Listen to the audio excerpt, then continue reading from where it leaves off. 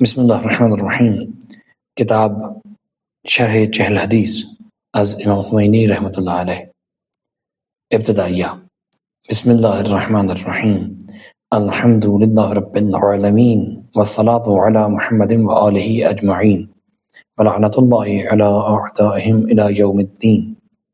خدایا دل کے آئینے کو نور اخلاص سے روشنی بخش دے اور لوح دل سے نفاق اور شرک کو دور کر دے۔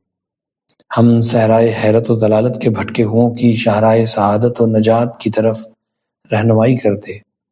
ہم کو اخلاق حسنہ سے متصف کر دے، اپنے مخصوص جلووں اور ان خاص نعمتوں میں سے جو تیرے مقربین بارگاہ کے لیے مخصوص ہیں کچھ ہمیں نصیب بھی ہو جائے۔ ہمارے دل کی مملکت سے جہالت و شیطان کی افواج کو باہر نکال دے اور ان کی جگہ علم و حکمت اور خدائے الرحمن کی فوجوں کو مستقر فرما۔ ہم کو اپنی اور اپنی بارگاہ کے مخصوص افراد کی محبت کے ساتھ اس دنیا فانی سے اٹھا، مرتے وقت اور مرنے کے بعد ہمارے ساتھ اپنی رحمت شامل حال فرما۔ محمد و آل محمد علیہ السلام کے طفیل ہماری عاقبت بخیر فرما۔ اما بعد، یہ بندہ ناچیز و ضعیف ایک مدت سے یہ سوچ رہا تھا کہ اہل بیت علیہ السلام کی ان احادیث میں سے جو اصحاب ائمہ علیہ السلام اور علماء کرام کی معتبر کتابوں میں درج ہیں، 40 حدیثوں کو اکٹھا کر کے ان کی ایسی تشریح کروں جو عوام الناس کے استفادے کے لیے مناسب ہو، اور اسی لیے میں نے ان حدیثوں کو فارسی زبان میں تحریر کیا تاکہ فارسی بولنے والے اس سے فائدہ حاصل کر سکیں۔ انشاءاللہ میں حضرت خاتم الانبیاء صلی اللہ علیہ وآلہ وسلم کی حدیث شریف کا مصداق بن سکوں۔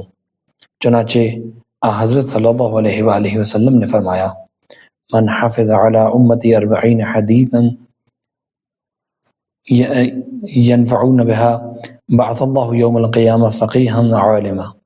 جو شخص میری امت کے استفادے کے لیے 40 احادیث یاد کر لے، خدا اسے قیامت کے دن فقیہ اور عالم محشور کرے گا۔ چنانچہ خدا کے فضل و کرم سے مجھے اس کام کے آغاز کی توفیق حاصل ہوئی، اور خداوند متعال سے میری دعا ہے کہ اس کے خاتمے کی توفیق بھی مجھے عطا کرے۔ بے شک خدا ہی توفیق عطا کرنے والا ہے۔ پہلی حدیث۔ طویل سند کے بعد ترجمہ۔ سکونی نے حضرت امام جعفر صادق علیہ السلام سے روایت کی ہے، حضرت صلی اللہ علیہ وآلہ وسلم نے ایک سریہ کو جنگ کے لیے روانہ فرمایا۔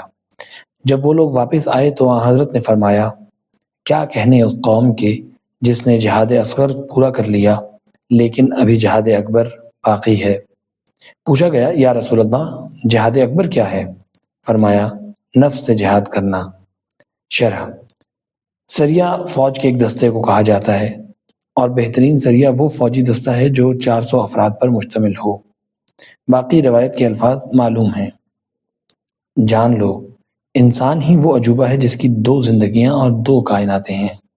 ایک بدن، اسی کو حیات و مقام ظاہری دنیوی کہا جاتا ہے، اور نفس، اس کو حیات و مقام باطنی غیبی ملکوتی کہا جاتا ہے۔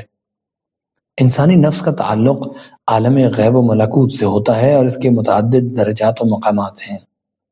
کبھی ان کی تقسیم 7 حصوں میں کی گئی ہے، کبھی 4 میں، کبھی 3 میں، اور کبھی 2 حصوں میں۔ اس کے پس منظر میں مختلف علماء کی تقسیم بندی کے حوالہ جات درج ہیں۔ تمام درجات و مقامات کے 2 قسم کے لشکر ہیں، لشکر رحمانی و عقلانی۔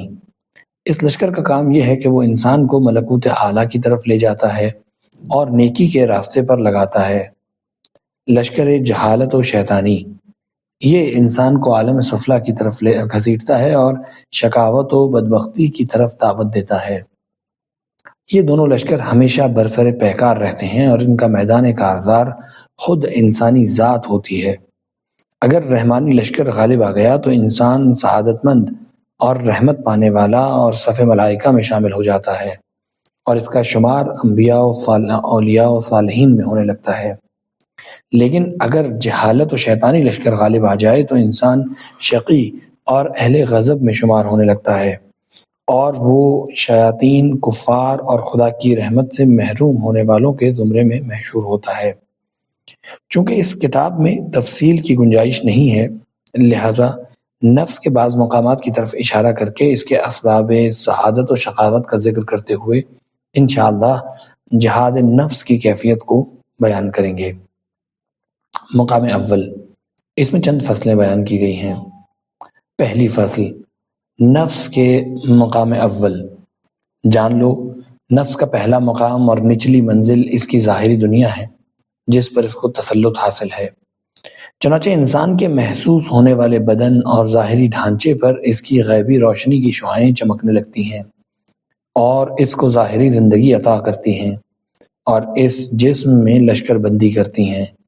نفس کا میدان جنگ بھی یہی بدن ہے اور اسی بدن کی ظاہری قوتیں نفس کے لشکر ہیں۔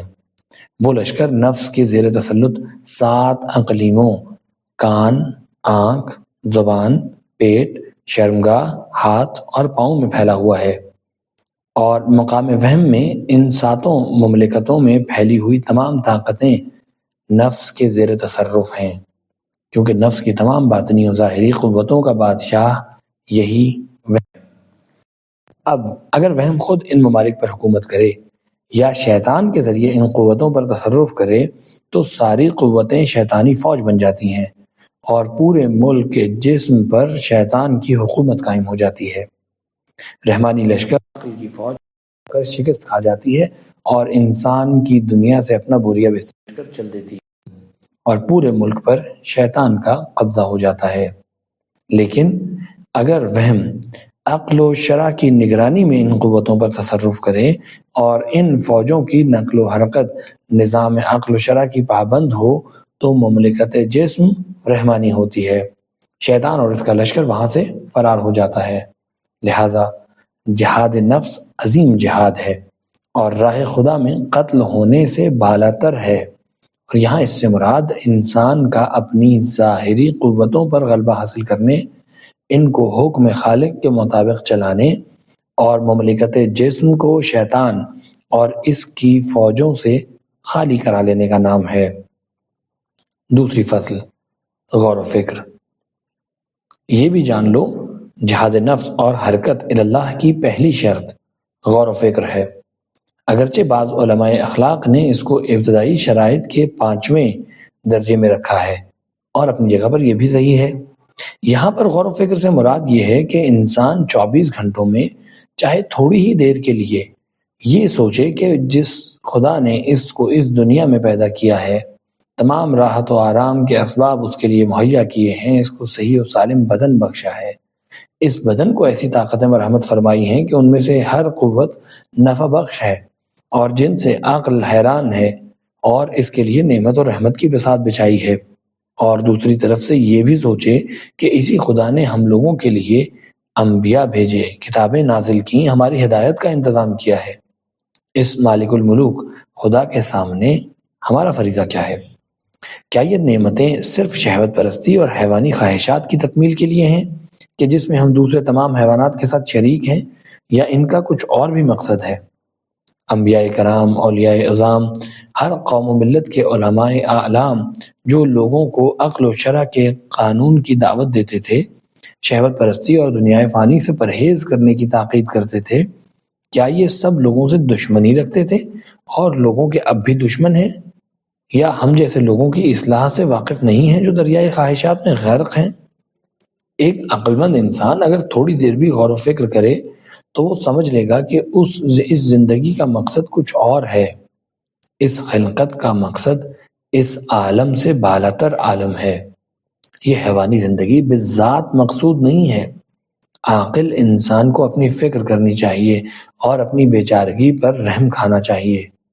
اس کو اپنے نفس سے خطاب کر کے کہنا چاہیے، اے سرکش نفس، بہت دنوں تک خواہشات کے پیچھے تو نے اپنی عمر کو برباد کیا اور سوائے حسرت و افسوس کے کچھ تیرے ہاتھ نہ آیا۔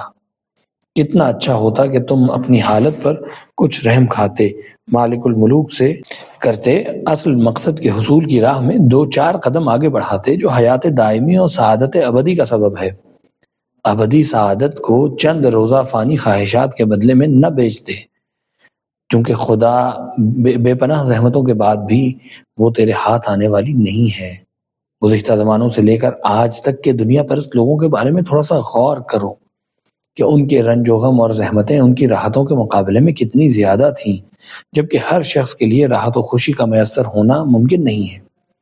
جو شخص انسان کی صورت میں شیطان کا نمائندہ ہے اور شیطانی فوج کا سپاہی ہے، جس کو شیطان نے اس لیے بھیجا ہے تاکہ تمہیں اپنی خواہشات کی تکمیل کی دعوت دے، وہ کہتا ہے دنیا کی مادی ضرورتوں کو پورا کرو، لیکن خود اس کے بارے میں ذرا سوچو اور اس سے پوچھو کیا وہ اپنی موجودہ حالت سے راضی ہے، یا وہ خود تو مبتلا ہے، اب کیا وہ دوسرے کو بھی اس میں مبتلا کرنا چاہتا ہے۔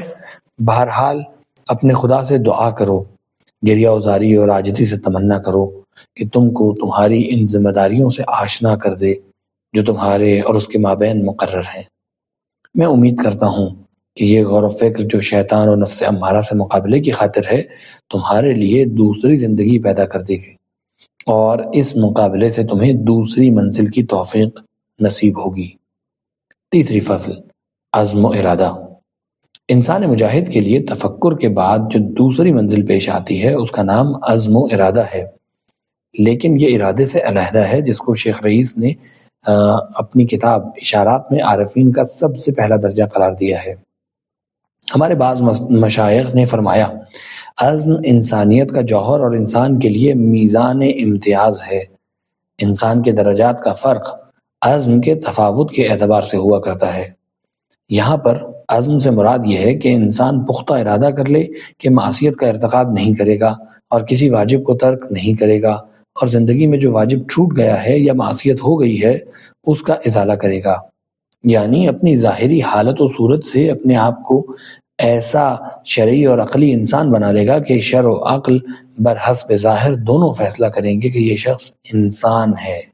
اور انسان شرعی کا مطلب بھی یہی ہے کہ شریعت کے تقاضوں کے مطابق عمل کرے اور رسول خدا سیرت طیبہ کے مطابق ہو، اور تمام افعال و اعمال و حرکات و سکنات میں حضرت صلی اللہ علیہ وآلہ وسلم کی پیروی کرے۔ اور یہ بات ناممکن نہیں بلکہ ممکن ہے، کیونکہ اپنے ظاہر کو حضرت کے ظاہر کے مطابق ڈھالنا ہر بندہ خدا کے مقدور ہے۔ یہ بات سمجھ لیجئے کہ معرفت الہی کا کوئی بھی راستہ ظاہر شریعت سے ابتدا کیے بغیر طے نہیں کیا جا سکتا۔ جب تک انسان شریعت حقہ کے آداب کا پابند نہ ہو جائے، کسی قسم کے اخلاق حسنہ حقیقت نہیں بن سکتے، اور نہ ہی معرفت الہی کے نور کا اس کے دل میں جلوہ گر ہونا ممکن ہے، اور نہ علم باطن و اسرار شریعت کا انکشاف اس کے لیے ہو سکے گا۔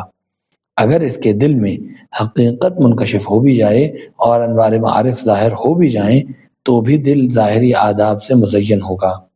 اسی لیے جن لوگوں نے دعویٰ کیا ہے کہ ترک ظاہر سے علم باطن حاصل ہوتا ہے، ان کا یہ دعویٰ باطل ہے۔ یا یہ کہنا بھی غلط ہے کہ باطن کے جلوہ گر ہونے کے بعد آداب ظاہرہ کی ضرورت باقی نہیں رہتی، کیونکہ یہ اس بات کی غمازی کرتا ہے کہ کہنے والا آداب بندگی اور مدارج انسانیت سے ناواقف ہے۔ شاید میں ان صفحات میں بعض چیزوں کو بیان کرنے میں کامیاب ہو سکا ہوں۔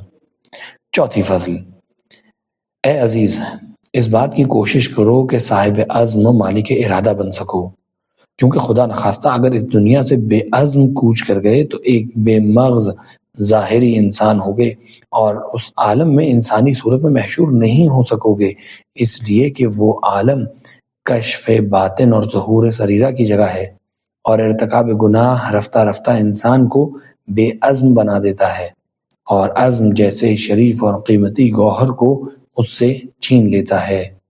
میرے استاد معظم فرماتے تھے، گانے سننے سے سب سے زیادہ انسان کے عزم و ارادے سلب ہو جاتے ہیں، لہٰذا میرے بھائی گناہوں سے بچو اور خدا کی طرف ہجرت کرنے کا عزم مصمم کرو، اور اپنے ظاہر کو انسان کے سانچے میں ڈھالو اور اپنے آپ کو ارباب شرائع کی لڑی میں پرو دو۔ تنہائی کے لمحات میں اپنے خدا سے دعا کرو کہ وہ اس مقصد میں تمہاری مدد کرے۔ حضرت رسول خدا صلی اللہ علیہ وآلہ وسلم اور ان کے اہل بیت علیہ السلام کو شفیع اور وسیلہ قرار دو کہ خدا تم کو توفیق عنایت فرمائے اور تمہارے سامنے جو کٹھن منزلیں ہیں ان میں مدد کرے۔ کیونکہ انسان اپنی زندگی میں بڑی لغزشوں کا مرتکب ہوتا ہے اور ممکن ہے ایک وقت ایسے ہلاکت کے گڑھے میں جا گرے جہاں اپنے لیے کوئی چارہ و تدبیر نہ کر سکے، بلکہ شاید چارہ جوئی کی سوچ بھی نہ کر سکے، شاید شفاعت کرنے والوں کی شفاعت بھی اس کے شامل حال نہ ہو سکے۔ اللہ ہمیں اس حالت سے محفوظ رکھے۔ 5ویں فصل، عہد، مراقبہ اور احتساب نفس۔ مجاہد کے لیے جو چیزیں ضروری ہیں ان میں عہد، مراقبہ اور احتساب نفس شامل ہیں۔ عہد کا مطلب یہ ہے کہ مثلا پہلے دن ہی یہ عہد کر لے کہ آج میں خدا کے احکام کی خلاف ورزی نہیں کروں گا، اور اس بات کا عزم محکم کر لے۔ ظاہر ہے کہ ایک دن خلاف ورزی نہ کرنا بہت آسان ہے، انسان بہت آسانی کے ساتھ اس سے عہدہ برا ہو سکتا ہے۔ تم عزم مصمم کرو اور عہد کر لو، پھر تجربہ کر لو کہ یہ کتنا آسان ہے۔ ہو سکتا ہے کہ شیطان اور اس کے چیلے اس بات کو تمہارے لیے بہت بڑھا چڑھا کر پیش کریں، صرف یہ شیطانی دھوکہ ہے۔ اس پر دل سے حقیقی لعنت کرو اور باطل اور بیہودہ خیالات کو اپنے دل سے نکال دو۔ ایک دن تجربہ کر کے دیکھو، اس وقت تم خود اس کی تصدیق کرو گے۔ اس کے بعد مراقبے کا مرحلہ آتا ہے۔ مراقبہ اور مراقبے سے مراد یہ ہے کہ عہد کی پوری مدت میں اس پر عمل کی طرف توجہ رکھو، اپنے آپ کو اس پر عمل کرنے کا پابند سمجھو۔ اگر خدا نخواستہ اس دوران تمہارے دل میں حکم خدا کے خلاف کچھ کرنے کا خیال پیدا ہو تو یقین کر لو کہ یہ شیطان اور اس کے چیلوں کا کام ہے جو تم کو اپنے عہد سے دور رکھنے کی کوشش کر رہے ہیں۔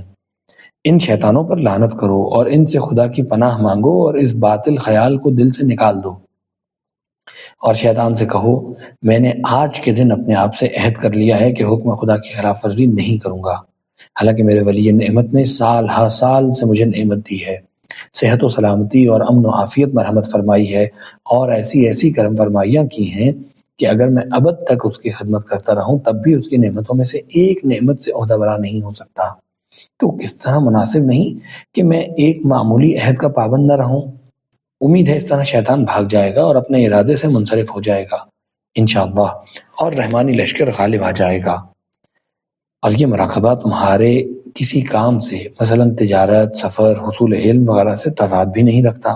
اسی طرح پورا دن گزار دو یہاں تک کہ رات کا وقت آ جائے جو احتساب نفس کا وقت ہے۔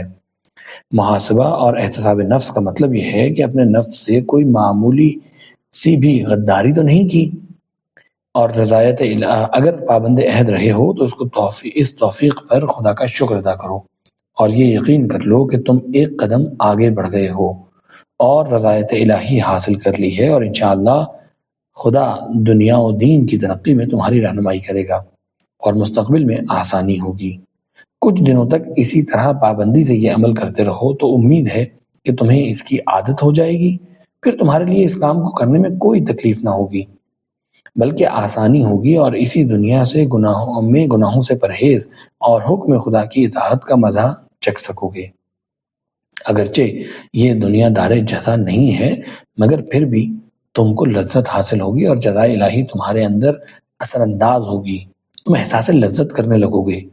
یہ بات اپنے ذہن میں ہمیشہ رکھو کہ خدا نے تم کو تمہاری طاقت سے زیادہ تکلیف نہیں دی ہے، اور جو چیز تمہارے بس میں نہیں اور تمہاری طاقت سے باہر ہے اس کا بوجھ تمہارے اوپر نہیں ڈالا، لیکن شیطان اور اس کے چیلے تمہارے سامنے کام کو مشکل کر کے پیش کرتے ہیں۔ اگر خدا نخواستہ احتساب نفس کے وقت تم دیکھو کہ خدا سے کیے ہوئے عہد میں تم نے کچھ سستی برتی، کچھ خامی رہ گئی، تو اپنے خدا سے معافی مانگو اور یہ ٹھان لو کہ کل مردانہ وار پابند عہد رہو گے۔ اسی طرح رہو یہاں تک کہ خدا سعادت و توفیق کے دروازے تمہارے لیے کھول دے اور تم کو انسانیت کے سیدھے راستے تک پہنچا دے۔ 6 فصل، شیطان اور نفس سے جہاد کرنے میں جو چیز انسان کی بہت زیادہ مدد کرتی ہے وہ ایک سالک و مجاہد انسان کو جس کی پابندی کی بہت زیادہ ضرورت ہے وہ تذکر اور ذکر ہے۔ ہم اس مقام اول کو اسی ذکر اور تذکر پر ختم کرتے ہیں، حالانکہ ابھی بہت سے مطالب باقی ہیں۔ خداوند عالم اور اس کی مرحمت کی ہوئی نعمتوں کو یاد کرنے کا نام ذکر ہے۔ یہ بات ذہن نشین کر لو کہ اپنے منعم کا احترام کرنا ایک فطری اور جبلی بات ہے۔ جو انسان بھی اپنی کتاب ذات میں غور کرے گا وہ دیکھے گا کہ اس کتاب فطرت میں لکھا ہوا ہے جو شخص انسان کو نعمت دے اس کا احترام کرنا چاہیے، اور یہ بھی معلوم ہے کہ نعمت جتنی عظیم ہوگی اور انعام کرنے والا جس قدر بے غرض ہوگا، فطرت کی نظر میں اس کا احترام اتنا ہی زیادہ ضروری اور زیادہ ہوگا۔ مثلا ایک شخص تم کو ایک گھوڑا دیتا ہے اور اس کی نظر میں یہ ہے کہ اس نے بہت بڑا کارنامہ انجام دیا ہے، جبکہ ایک شخص پورا ایک دیہات بغیر احسان جتائے دے دیتا ہے، تو دونوں کے احترام میں واضح فرق ہوگا۔ اسی طرح ایک ڈاکٹر تم کو اندھے پن سے نجات دے دیتا ہے تو فطرتاً اس کا احترام لازم ہے، لیکن اگر وہ موت سے بچا لے تو یقیناً تم اس کا احترام زیادہ کرو گے۔ اب ذرا تم خود غور کرو اور دیکھو کہ خداوند مالک الملوک نے کتنی ظاہری و باطنی نعمتیں ہم کو مرحمت فرمائی ہیں۔ اگر جن و انس مل کر بھی ان میں سے کوئی ایک نعمت ہم کو دینا چاہیں تو نہیں دے سکتے، مگر افسوس ہم اس سے غافل ہیں۔ مثال کے طور پر یہ ہوا جس سے ہم لوگ دن رات فائدہ اٹھاتے ہیں، اور ہماری بلکہ ماحولیات میں پائی جانے والی تمام مخلوقات کی زندگی کا دار و مدار اس سے وابستہ ہے۔ چنانچہ اگر یہ صرف 15 منٹ نہ رہے تو کوئی حیوان نہیں رہ سکتا۔ کتنی عظیم نعمت ہے یہ کہ تمام جن و انس مل کر اس کی مانند کوئی چیز ہم کو نہیں دے سکتے ہیں۔ اسی طرح خدا کی نعمتوں کو یاد کرو، جیسے بدن کی صحت، ظاہری قوتیں من جملہ آنکھ، کان، قوت ذائقہ لامیہ، یا باطنی قوتیں جیسے خیال، وہم، عقل وغیرہ، کہ ان میں سے ہر ایک قوت کے اتنے فوائد و منافع ہیں جن کی کوئی انتہا نہیں ہے۔ ہمارے چاہے بغیر اور ہم پر احسان جتائے بغیر خدا نے ہم کو یہ ساری نعمتیں عطا کی ہیں۔ انہی پر اکتفا نہیں فرمایا بلکہ اس نے انبیاء و پیغمبروں کو بھیجا، کتابوں کو نازل فرمایا، سعادت و شقاوت اور جنت و دوزخ کا راستہ بھی ہم کو دکھایا۔ دنیا و آخرت میں ہم کو جن چیزوں کی ضرورت تھی وہ ہم کو عطا فرمائی، جبکہ وہ ہماری اطاعت و عبادت کا محتاج نہیں، اور نہ ہماری اطاعت و معصیت سے اس پر کوئی فرق پڑتا ہے۔ اس کے باوجود وہ صرف ہمارے مفاد کی خاطر امر نہیں فرماتا ہے۔ ان نعمتوں پر اور ان جیسی ہزاروں ایسی نعمتوں پر جن کی جزیات تو درکنار، ان کی کلیات بھی شمار کرنے سے انسان عاجز ہے۔ کیا آپ کی فطرت میں ایسے عظیم منعم کے لیے احترام ضروری نہیں ہے؟ اور ایسے ولی نعمت کے ساتھ غداری کرنا اذرو عقل کیسا ہے؟ نیز جو بات فطرت میں درج اور اس کے عین مطابق ہے وہ عرفہ و اعلیٰ اور عظیم شخص کا احترام ہے۔ لوگ جو اہل دنیا اور دولت مندوں نیز سرکردہ افراد اور بادشاہوں کا احترام کرتے ہیں وہ صرف اس وجہ سے کہ ان کی نگاہوں میں وہ بڑے اور عظیم لوگ ہیں۔ اب کیا لوگوں کی بڑائی کا مقابلہ مالک الملوک کی عظمت و بڑائی سے کیا جا سکتا ہے؟ وہ صانع و خالق جس کی مخلوقات میں ہماری یہ دنیا حقیر ترین دنیا ہے اور خدا کی کائنات کا سب سے چھوٹا جز ہے، اس کے باوجود کسی مخلوق کی عقل اب تک اس مختصر عالم کا احاطہ نہ کر سکی، اور دوسری دنیاؤں کو تو جانے ہی دیجیے، خود ہمارا یہ نظام شمسی جو دیگر شمسی نظاموں میں چھوٹا سا ہے، ہمارا یہ سورج جو دیگر قرات کے پلے میں شمار کیے جانے کے لائق بھی نہیں ہے، دنیا کے بڑے بڑے ماہرین فلکیات اب تک اس کا اندازہ نہیں لگا سکے ہیں۔ کیا فطرت عقل میں ایسا عظیم خدا جس نے ایک اشارے میں ان تمام دنیاؤں اور ہزاروں ہزار غیبی عوالم کو پیدا کر دیا ہے واجب الاحترام نہیں ہے؟ ایک بات یہ بھی ہے کہ کتاب فطرت میں ہر وہ شخص جو سامنے ہو واجب الاحترام ہے۔ آپ دیکھتے ہوں گے کہ خدا نخواستہ کوئی کسی کی بدگوئی کر رہا ہو اور وہ شخص آ جائے تو برائی کرنے والا فطرتاً خاموش ہو جاتا ہے اور اس کا احترام کرنے لگتا ہے۔ یہ سب جانتے ہیں کہ خدا ہر جگہ حاضر و ناظر ہے اور تمام مخلوقات عالم کا انتظام اس کے تحت نظر ہوتا ہے، بلکہ تمام مخلوقات اس کے سامنے حاضر ہیں، تمام عالم خدا کی بارگاہ میں حاضر ہے۔ اب تم غور کرو اے میرے خبیث نفس، اگر تو ایسے عظیم خدا کی معصیت کرے کہ تیری توانائیاں بھی اس کی نعمت ہیں اور اس کی مقدس بارگاہ میں تو گناہ کرے تو یہ کتنا بڑا ظلم ہے اور کتنا عظیم گناہ ہے۔ اگر تم میں رائی کے دانے کے برابر بھی غیرت و حیا ہے تو کیا تم کو شرم سے پانی پانی نہیں ہو جانا چاہیے اور تم کو زمین میں دھنس نہیں جانا چاہیے؟ لہٰذا میرے عزیز، اپنے خدا کی عظمت کو یاد کرو، اس کی نعمتوں اور رحمتوں کو یاد کرو، نفس اور اس کے حضور کو یاد کرو، اس کی نافرمانی چھوڑ دو اور اس عظیم جنگ میں شیطان اور اس کی فوج پر غالب آ جاؤ۔ اپنی مملکت نفس کو رحمانی و حقانی مملکت بناؤ، اپنی ذات کو شیطانی لشکر کی جگہ حق تعالیٰ کے لشکر کا مرکز قرار دو، تاکہ خدا تم کو جہاد کے دوسرے مقام پر اور اس سے بڑے میدان کارزار میں جو تم کو درپیش ہے تمہاری مدد فرمائے۔ اور وہ بڑا میدان کارزار عالم باطن کا جہاد نفس اور نفس کا مقام دوم ہے، جس کی طرف ہم انشاءاللہ اشارہ کریں گے۔ ہم ایک بار پھر یاد دہانی کرواتے ہیں کہ ہرگز اپنی ذات سے امیدیں وابستہ نہ رکھیں، کیونکہ خدائے بزرگ و برتر کے علاوہ کوئی اور چارہ ساز نہیں ہے۔ خداوند عالم سے عجز و انکساری کے ساتھ توفیق کی دعا کرو کہ اس جہاد میں تمہاری مدد کرے تاکہ تم اس میں انشاءاللہ غالب آ سکو۔ انہ ولی التوفیق۔